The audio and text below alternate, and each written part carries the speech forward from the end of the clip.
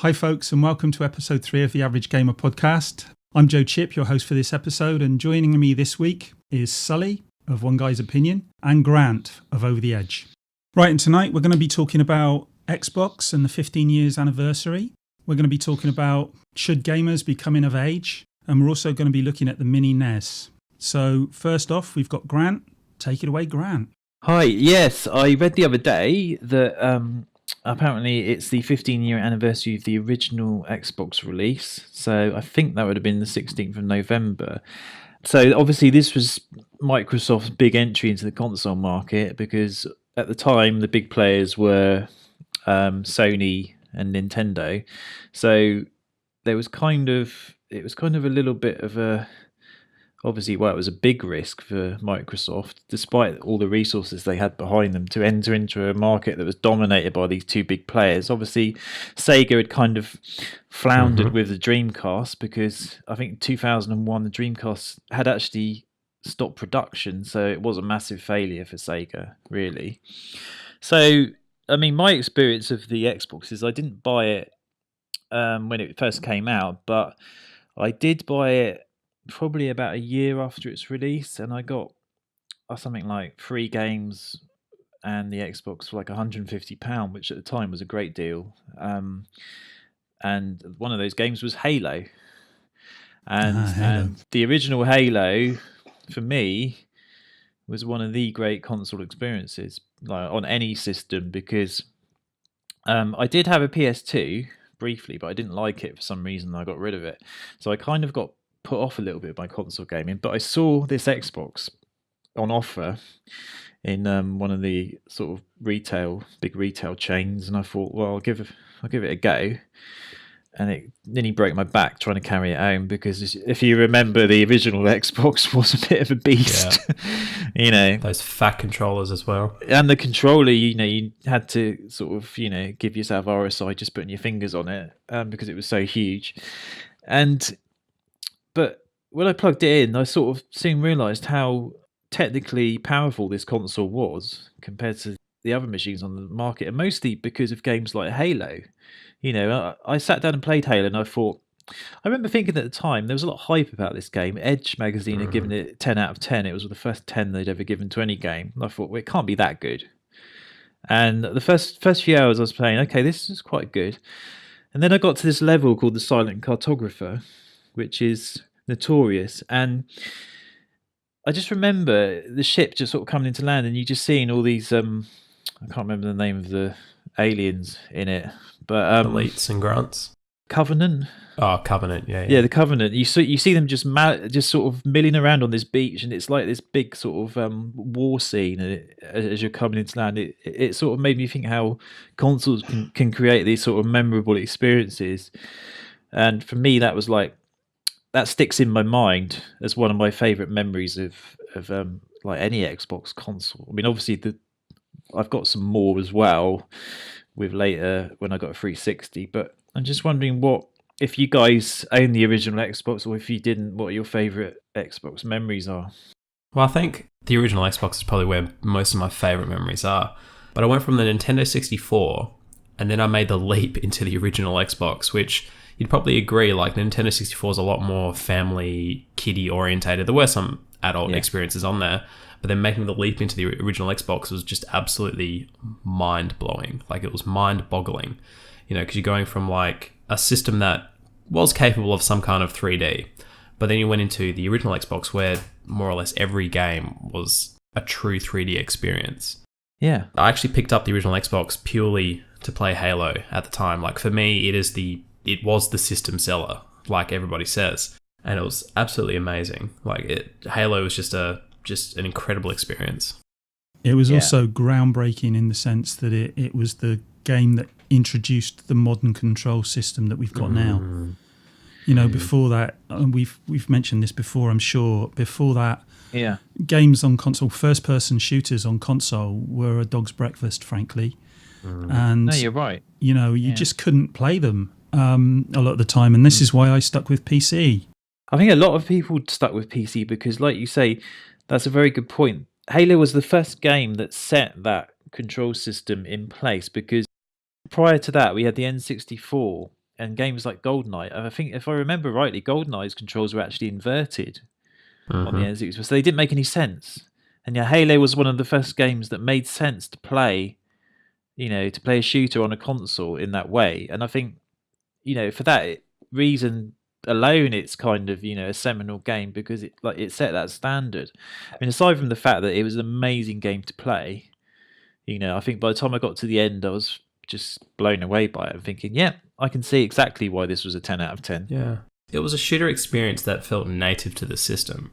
Like, it didn't feel like jarring going from PC to controller. Like, I'd played on PC. I'd played some Unreal Tournament on PC, and then I went and picked up Halo on console, and it wasn't jarring at all. Like, it just worked, and I believe it was one of the first games that got the kind of sticky aim right, like the auto aim kind of stuff right. Right. And it just worked. Yeah. I mean, for me, it was, aside from Halo, my favourite memory of the Xbox is I was on this games forum it's not particularly well known, but there was a guy on it who was offering modding services for the Xbox. And so I sent my Xbox away to this guy in Northern Ireland thinking, am I going to get it back? I mean, a lot of people had recommended his services, so I'm sure it was safe enough. But yeah, he chipped it and he put Xbox Media Center on it, which at the time turned it into something more than something else. More than just, I think it was almost like the seed for the 360s, because the 360 adopted that and it became like a standard so people could watch video for it. But at the time, I remember thinking I was watching like torrented films in inverted commas and TV shows through my Xbox. I'm thinking, well, in 2002, this was pretty unique, because broadband had just come along really in the UK. So it just become a thing. So you could get fast internet. And I had all these MAME arcade games that you put on as well. And then Xbox Media Center as well. And it opened up what the machine could do, just with paying like 30 or £40, I think, for the chip. And also you could play copied games and American and Japanese stuff that you couldn't get over here. So it became this great experience. I really enjoyed it even more after that, I think. It really opened up what a console could do, and it did things that consoles still, some things are still not happening now. Obviously, some of the things like MAME and stuff like that you can't do because of copyright reasons. But it did open up the market, and if you look at something like the NVIDIA Shield now, you can do some of those things with the NVIDIA Shield, the emulation and stuff like that. XBMC, or Kodi as it's called now, you can do it on the NVIDIA Shield. But it was the Xbox, the original Xbox, that really did open up that market. I agree with you, Grant. I think that it gave us a whole new way of looking at consoles and what consoles could do. And I do think that has kind of tailed into what Xbox are doing now, what Sony are doing now, what Nintendo kind of look at maybe doing sometime in the future when they've got round to it. But yeah, well, maybe next time. Yeah, maybe. Yeah. But it changed the whole space. I mean, Halo changed games, in certainly first-person shooters, and the Xbox itself changed what you could do with a console. Absolutely. I think you've hit the nail on the head. Microsoft must have seen that people were chipping their console and thinking, well, okay, well, people want to use this for something more than just a console. It becomes like a multimedia experience. I mean, even though I hate that word, that's kind of a bit 90s, but it's the fact that, not just Microsoft, but Sony looked at it as well and thought, well, okay, a console needs to be more than just a games machine. It needs to offer convenience for people, through streaming or through, it's just adding extra kind of utility to the console itself. And like you say, changing the what a console actually is supposed to be about. And I think the original Xbox, in many ways, became like the blueprint, especially with Xbox Live, because I was one of the beta testers in the UK for Xbox Live, and there was only like there was less than like 50,000 of us actually playing games online, but that was the testing ground for what became the standard for the 360 of playing online games with lobbies and things like that, because that wasn't done on consoles before. And yet Microsoft were the ones who were innovating enough or actually took the risk, to believe that was Kept going to be pushing the something. envelope. Yeah, and now we just take it for granted, online gaming. But in those days, it wasn't. On console, obviously you'd had it with the Dreamcast a little bit and some consoles before that, but it wasn't the norm like it is now. Well, that's it. Microsoft made it the standard. Like Yes. They were the bar you had to hit, which Sony, I think, did take a while to catch up, actually. Yeah, they did. And just funnily enough, just backtracking a bit back to the multimedia kind of stuff revolving around the original Xbox. I don't know if you guys remember, but when Microsoft released the 360, they actually stated their mission statement was, we want to own the living room. And like media and all that all rolled into the 360. That's what they meant. They wanted to dominate your TV. It's not just a gaming console. Well, that was their philosophy with desktop PCs, wasn't it? As well. Yeah. So it spread out. I mean, that's very true. I remember them saying that at the time, actually. Well, the original name of the original Xbox was the Direct Xbox, I think they were calling it. And it was basically a Trojan horse. They were trying to shoehorn the PC into the living room. And, you've hit the nail on the head there, Sully. Yeah, I mean, it was a powerful PC, wasn't it, ultimately? That's what the Xbox was. Yeah. When you were getting... It wasn't cheap. No, it wasn't cheap. I mean, that's why I was quite surprised. I don't think it was selling very well initially in the UK anyway, which is why it was heavily discounted. But it seemed to work. I know a lot of people that picked it up when it had some great deals, in terms of game bundles and things. But yeah, I mean, the 360, obviously it's tied into this anniversary. I know this anniversary is specifically about the original Xbox, but I think it's worth talking about the 360 because for me, I mean, I didn't own one for very long. I specifically bought one because I remember at the time I used to play Final Fantasy 11 online, and the 360 had a kind of exclusive console release for that. Like, that was the only place you could play it on console. You could play it on PC as well. That was weird, the Final Fantasy rights and all that, because it used to be only like PlayStation, didn't it? It was, for a while, and then they opened somehow it up. Microsoft must have ripped out the checkbook and they cracked it, because they got a couple of exclusives, didn't they? Yeah, they did. I found out though it was actually when playing it on the 360 wasn't a very good experience, because it used to make the 360 sound like it was going to take off whenever you had the game on. And of course the 360 had issues with the red ring of death, didn't it? And I think Microsoft, I was listening to a podcast earlier today, and I think someone was saying that if they tested the 360 for a little bit longer, they would have had less problems with all those failures, which I think they got. I think we know they rushed it to market. They did, yeah. But the 360 was seminal. I mean, in a lot of ways, the 360,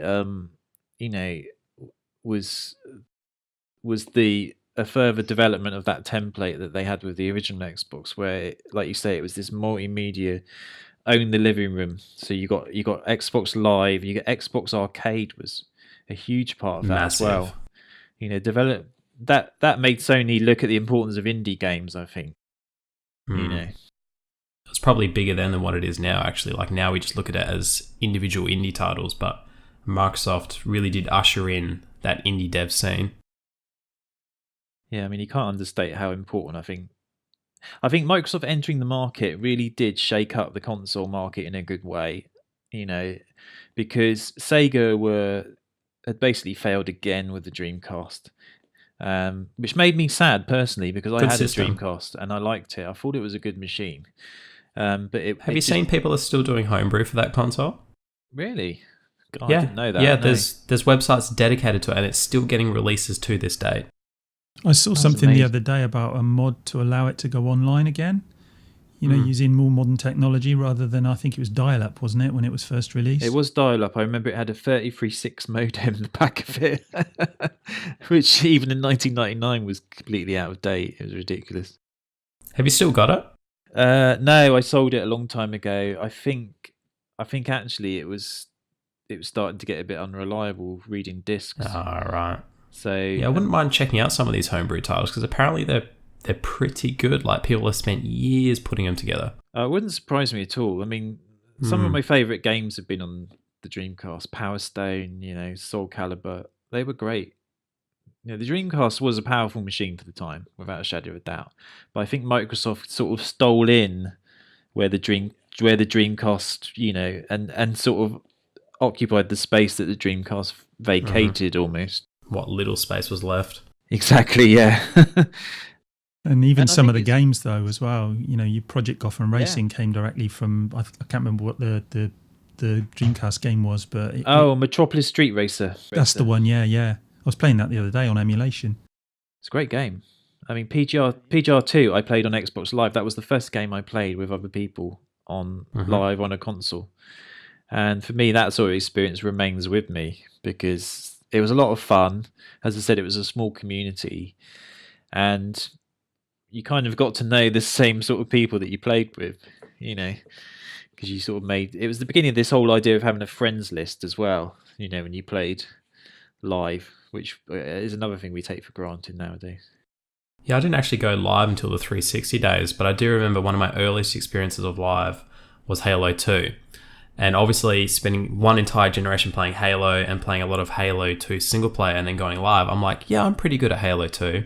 Jump online, get wrecked. It's always the case, isn't it? You think, I'm good at this. Destroyed. I have that experience. That's why I don't play FIFA online very much. Yeah.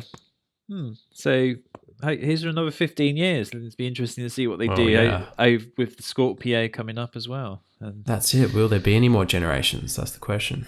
That's what I was going to ask as well. Do you think they'll still be in the console market? I kind of think they will be, to be honest. But they'll be in the hardware market. I just don't know if you can call it the console market. Yeah, that makes sense. I think that's a good point. I think the console market is evolving and changing so much. I mean, all these things we were used to in the console market is kind of disappearing. You've got the Pro, all these incremental upgrades that are going to be happening with the Scorpio as well.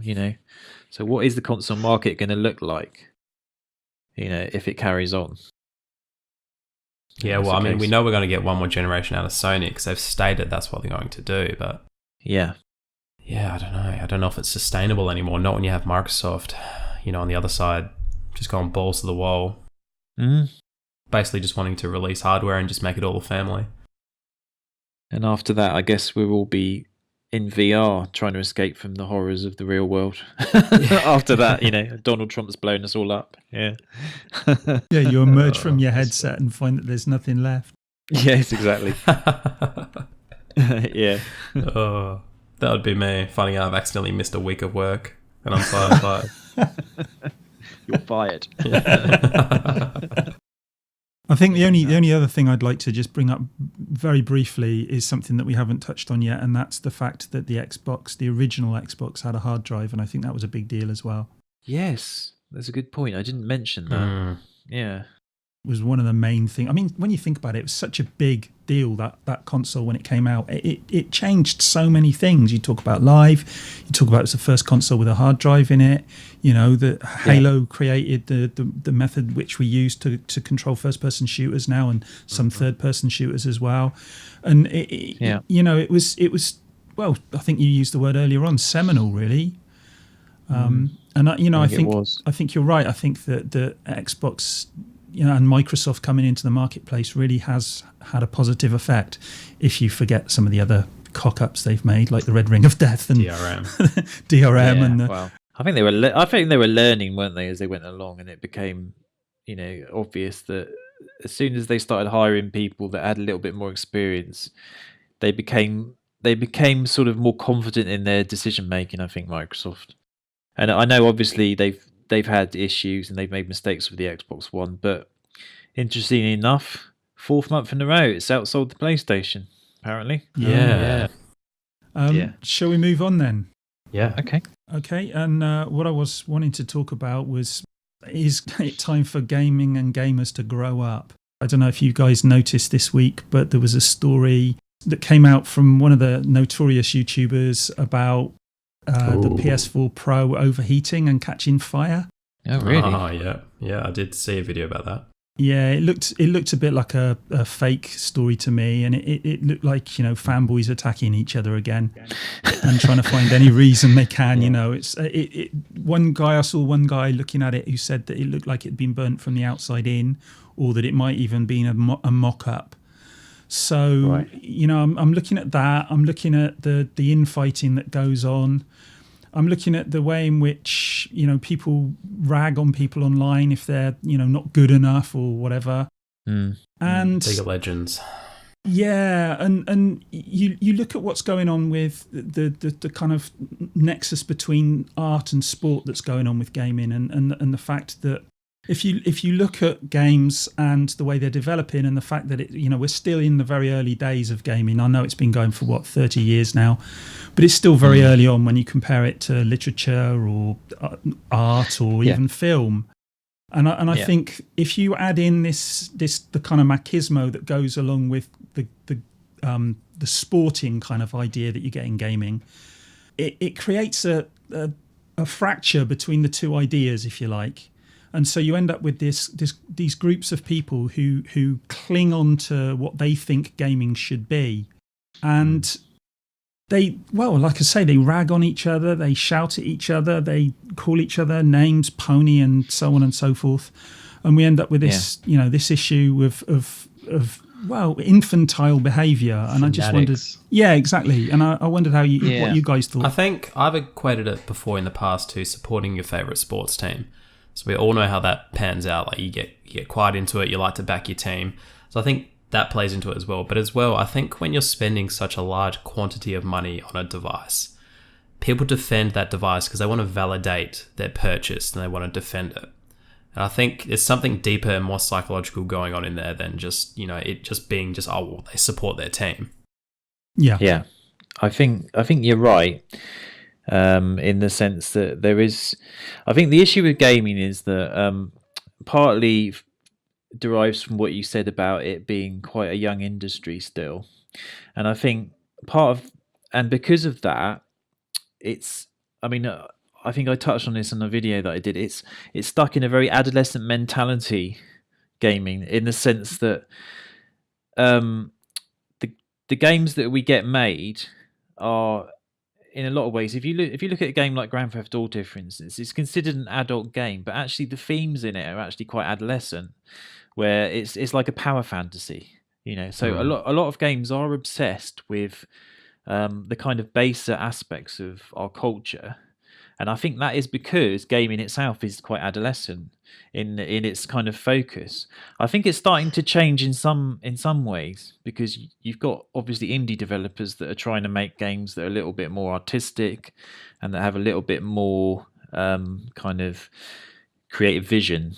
But in a lot of ways, if you look at the games that sell really well, like Call of Duty, they're not exactly high art, But there's nothing wrong with that. No, absolutely. No, there's space for that. Yeah, there's nothing wrong with that. But because gaming is a young industry, it is very much stuck in this adolescent mentality, and it's not surprising then that the people that play it are kind of a reflection of that, because they, like Sully said, they're quite competitive.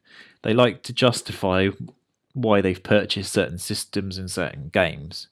And although gaming is starting, even in the mainstream, is starting to cover sort of areas and sort of narratives that are a little bit more intelligent, I think it's got some way to go before it does actually properly grow up. But it's getting there, definitely. It's getting there slowly. I think it's going to grow up with the average age of your gamer anyway. Like every year that goes by, the average age of your average gamer goes up. So I think it's changing based on, what the bulk of the gamers want, which I believe it's somewhere between like 25 and 40 or something. I think the average age of a gamer is now. I heard it's 35. Like the average console owner, I don't know if it's just the UK, that I saw some study and they said it was like about 35 is like the average age of a gamer now. Yeah. Doesn't make me feel as crazy bad. Or as old. All those Nintendo babies growing up. Yeah, that's right. I don't know. I mean, I think gaming will change. going with that is obviously the if you look at the adolescent behaviour of some of the gamers, and I know several people, quite a few people in fact, who've kind of moved away from online gaming, not because they don't like online gaming, but simply because they're fed up with the bullshit. I mean, I've had situations where I've had people shouting at me down the pipe that they're going to rip my head off and shit like that. And I had one guy once, some years ago now, chasing me around a map, calling me a cheat because he didn't realise we were playing a team game. And we didn't have team kills on, and he kept shooting me, thinking I was an enemy, and thought that I was somehow cheating because I couldn't be killed. So he followed me all around the map, shouting, and I'm going like, "Shut up! You're on my team," And he just wouldn't leave it alone, and everyone else was falling about laughing. And it was quite funny, but it could have got out of hand. And I've experienced stuff like that, and I know loads of people who've experienced stuff like that, and it does kind of put you off. So going hand in hand with the idea that gaming is getting older, not necessarily growing up, but certainly getting older, I'm looking at it and I'm thinking, well, we touched on this, I think, in the last episode, where it's looking like gaming is kind of splitting up into two disparate groups almost. You've got your older gamers who are more interested in your narrative type gaming and stuff because, frankly, they haven't got the reaction times, for one, to play online shooters and stuff like that. And also, to be honest, once you get to my age, I can't be doing with a 12-year-old shouting shit down the pipe at me. Of course not. You don't want to put up with that, do you? Exactly. I mean, I just don't want to hear it, frankly. You get it everywhere as well. You get it everywhere. Like, I think it takes place mostly, like I've said in the past, in online orientated only games. Like, for me, perfect example would be League of Legends. Like, the community is so toxic. Like, you just want to jump on and have a bit of fun and have a game and enjoy some time with your mate that's playing with you. But no, you've always got the keyboard warriors just typing rage at you for being stupid, dumb, or crap, or a noob. You can't enjoy it. Yeah, and you get that across the board. Like, it's not just League of Legends. Everything that's online orientated, you get it because it comes down to the competitive nature of younger people. Yeah, I remember the original Xbox, sort of, I was touching on it earlier. They used to allow crosstalk between, on some games, with the enemy team. Can you imagine that now? I mean, it'd be horrendous. God. It's bad enough that, because they've taken away a lot of lobby chat in a lot of games now for that reason. But that's how when they allowed it, in the very early days of Xbox, you could talk to people in the lobby. But I think it got to the stage where so much abuse was being hurled. I mean, I personally, it's interesting because I was going to do a video soon about my experience playing competitive Overwatch. And generally the community in that game is actually pretty good. But I personally found that game triggered something in me which used to make me quite angry, and I realised that I had to very regularly press the mute button on my on my headset if I was getting annoyed in a game, because I wouldn't want to be on the receiving end of it. So why should I dish it out as well? Exactly. Yeah. But I've known people that have got abusive messages sent to them on PSN from from people they've been playing a game with, or even like FIFA or something like that, and it's quite bad. Some of it, it's quite racist as well. I had somebody starting shouting abuse at me in Fight Night Champion, and it was getting quite out of hand, and it turned out it was an 8-year-old. Oh my God, Jesus!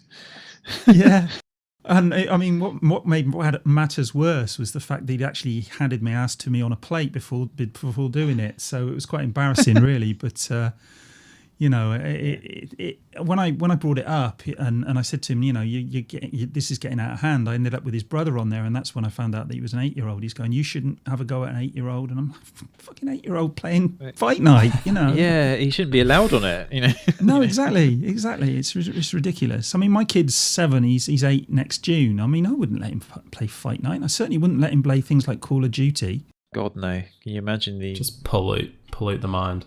It's hard to make a case. If you think about what the majority of gaming, or the mainstream of gaming, is about, it's about these AAA releases that are aimed at a very specific market of people, and that ranges from the ages of like early teens to kind of like 40, I guess. So you're gonna get a huge mixture of people in there, but in a way, because of the subject matter of the game, it kind of puts people on the same level, because Call of Duty is like I say, it appeals to like the base instincts, isn't it? In a game, it's about shooting and killing people. So, I guess my question or the point I'm trying to make is,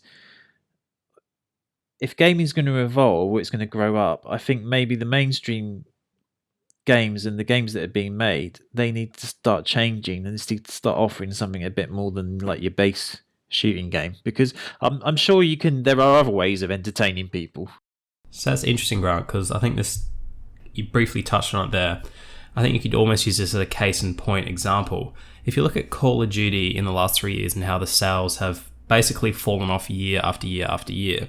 Yeah. Is that because the people that grew up with it maybe in their teens are now in their mid to late 20s and they've outgrown that experience and Call of Duty has failed to capture a newer, younger audience? Do you think this is a case of us growing up?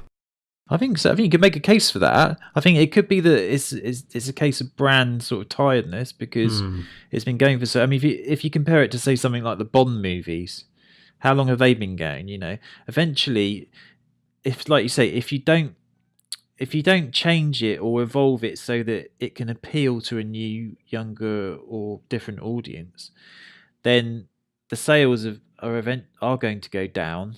Well, that's just it. I feel like Call of Duty's always had the hook where it could have hooked a new audience, but it clearly hasn't. It's trying to, because it's getting into space and all sorts, and it's obviously knows it has to try and do that, but it's not succeeding. And I wonder if that's partly because people are kind of getting fed up with that. I remember even 5 years ago, I used to rush out. Like, I used to work nights back then, and with a few other guys, and we used to rush out to the midnight launches and pick up the new Call of Duty. I think the last one we did that for was Black Ops 1 or 2, but I wouldn't even dream of doing that these days. I wouldn't waste my time or my money. And I mean, to me, the formula's outdated. I'm over the formula. That's why I don't buy it. And obviously, I've grown up more and I'm into more adult experiences, like narrative-driven experiences like The Last of Us and stuff like that. But yeah, that's a good point. Even at work these days, I don't even hear any of the younger guys talking about Call of Duty. I don't hear them excited about going to pick it up. I don't know. So the gamers are growing up, but the games aren't. Yeah. Or not enough of them are, maybe, in order to sort of become parallel with how gamers are maturing themselves, I guess. Well, I'm a parallel with Sully in a way, because it was always my favourite genre was the shooter.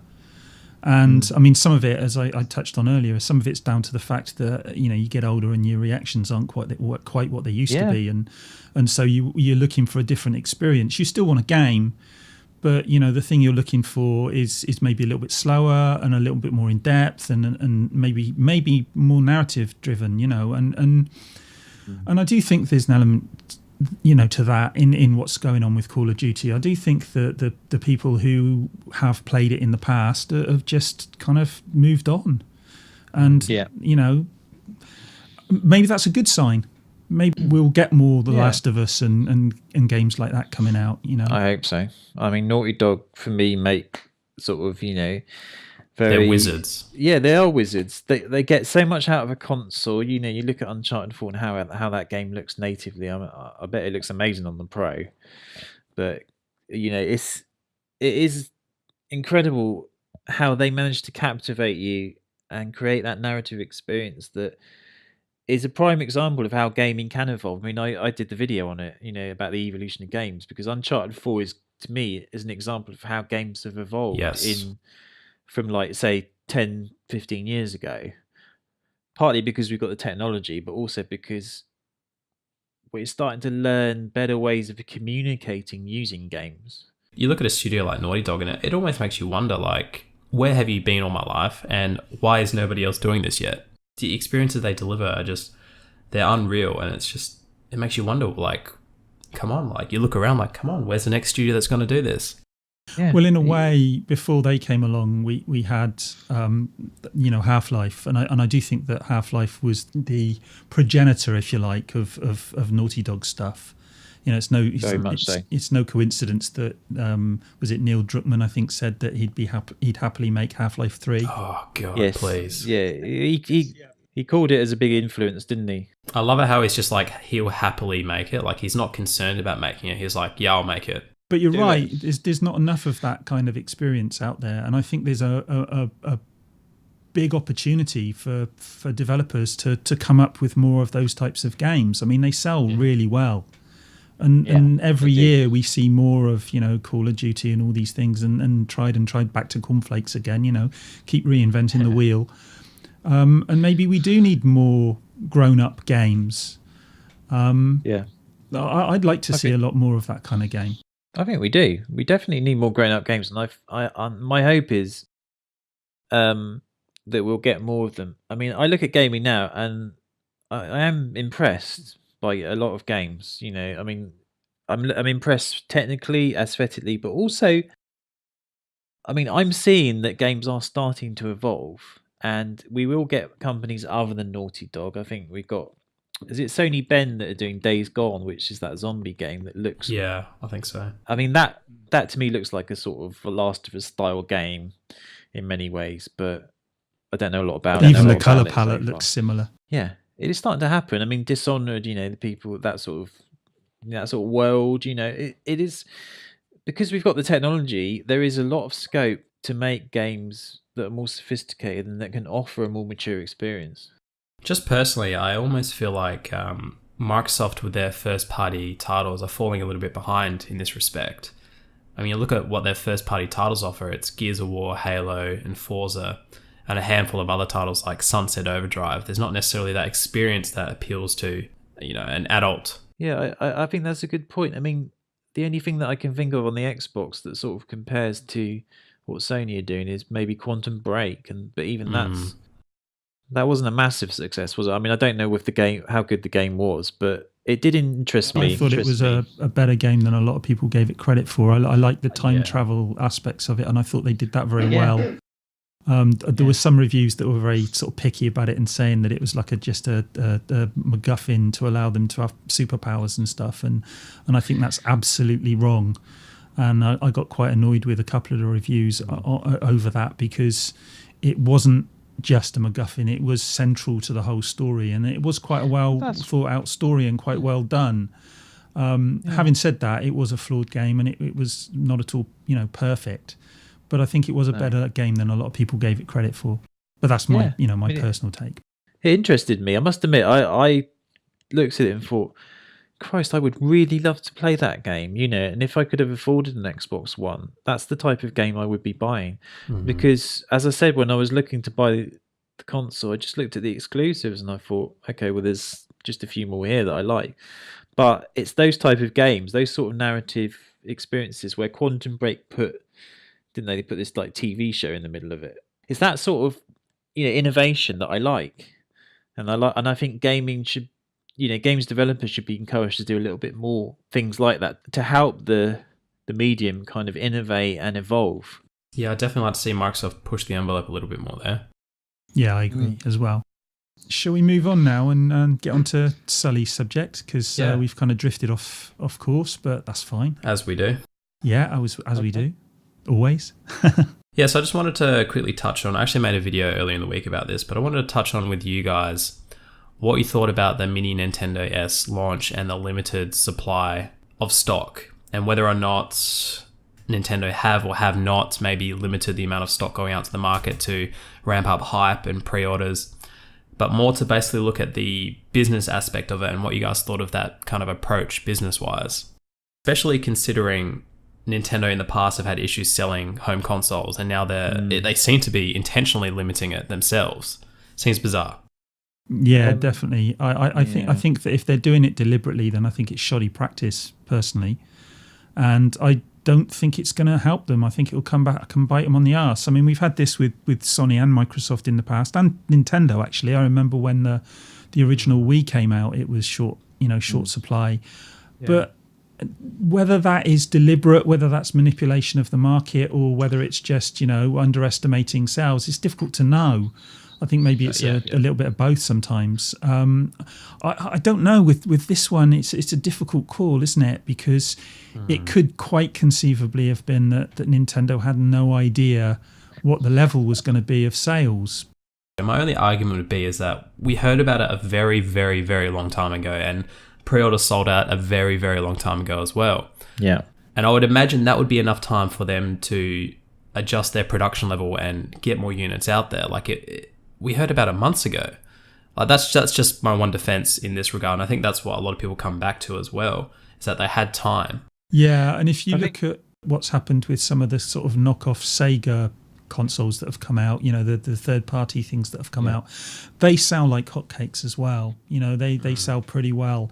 And so Nintendo, I'm arguing with myself here, but Nintendo must have seen that market and known that kind of thing, especially with the NES. I mean, Christ, it was a massive console. It was very popular, still dear to an awful lot of people.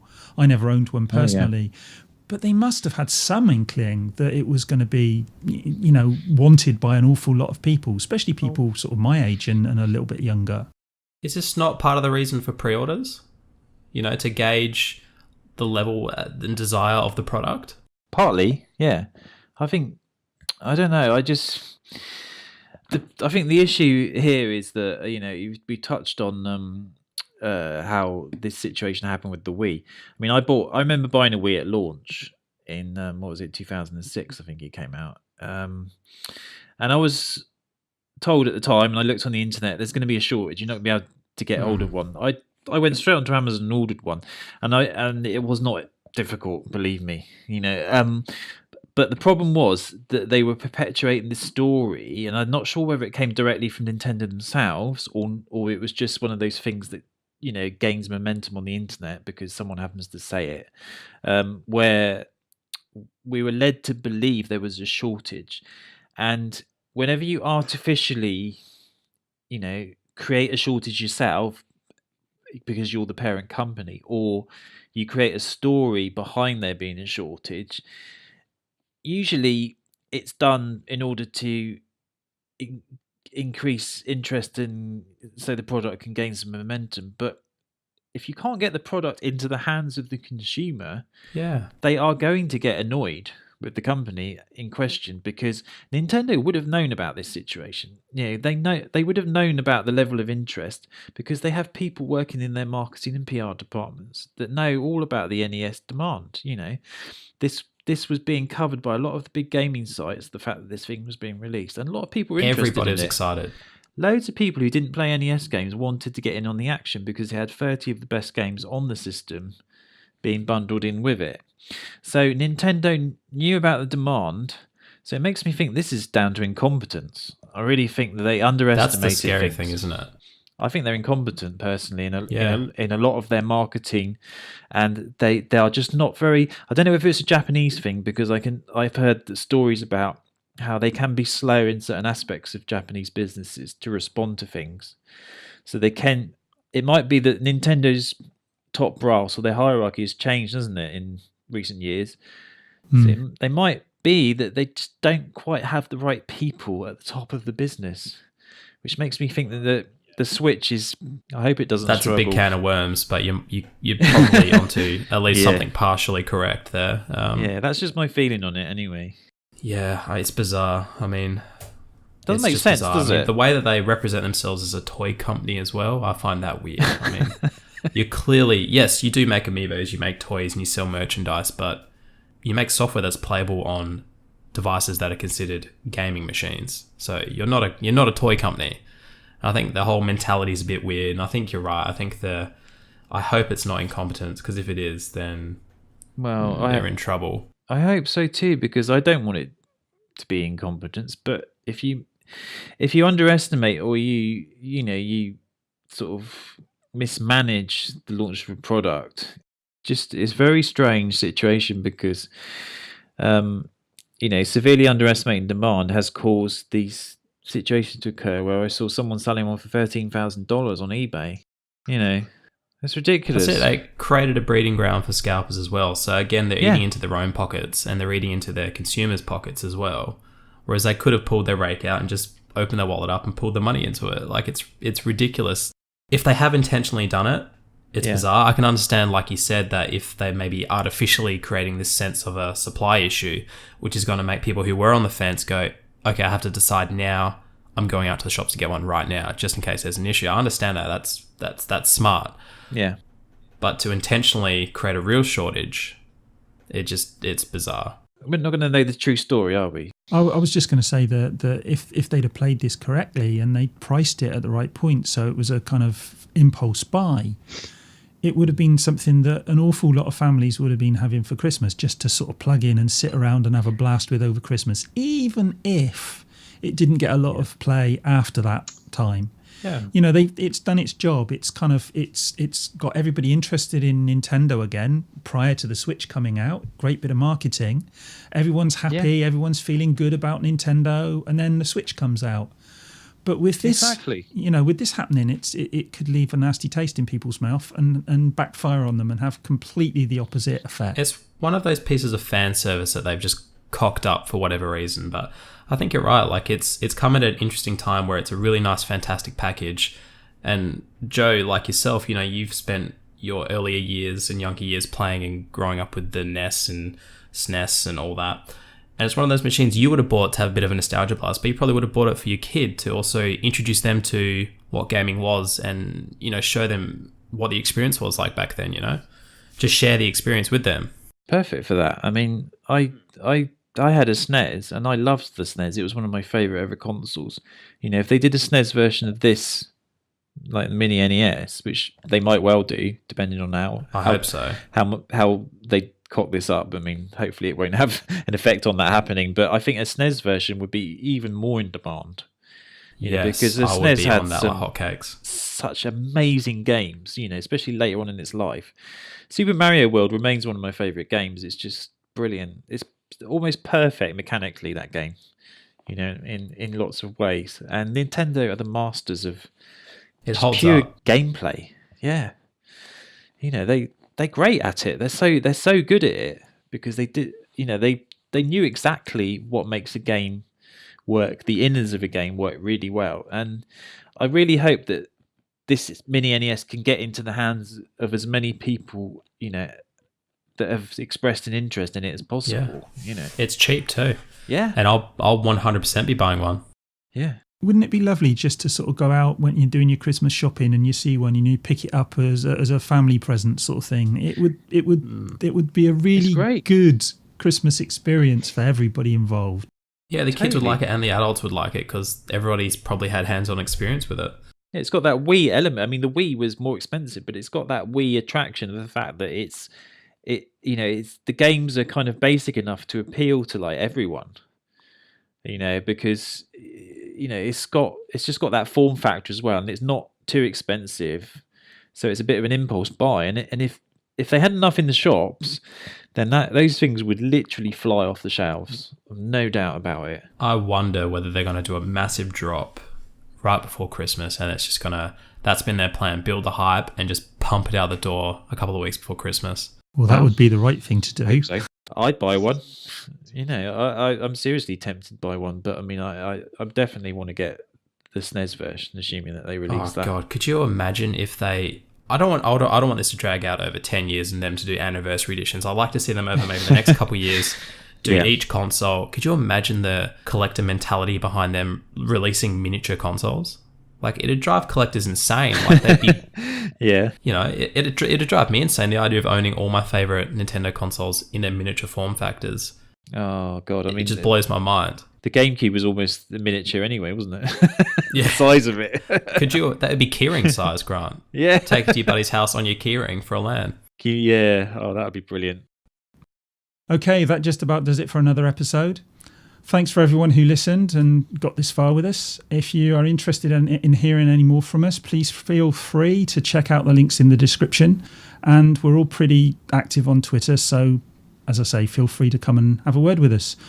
Also, we get online now and then, especially Sully. So if you want to try and track us down for a game, we'd be happy to see you.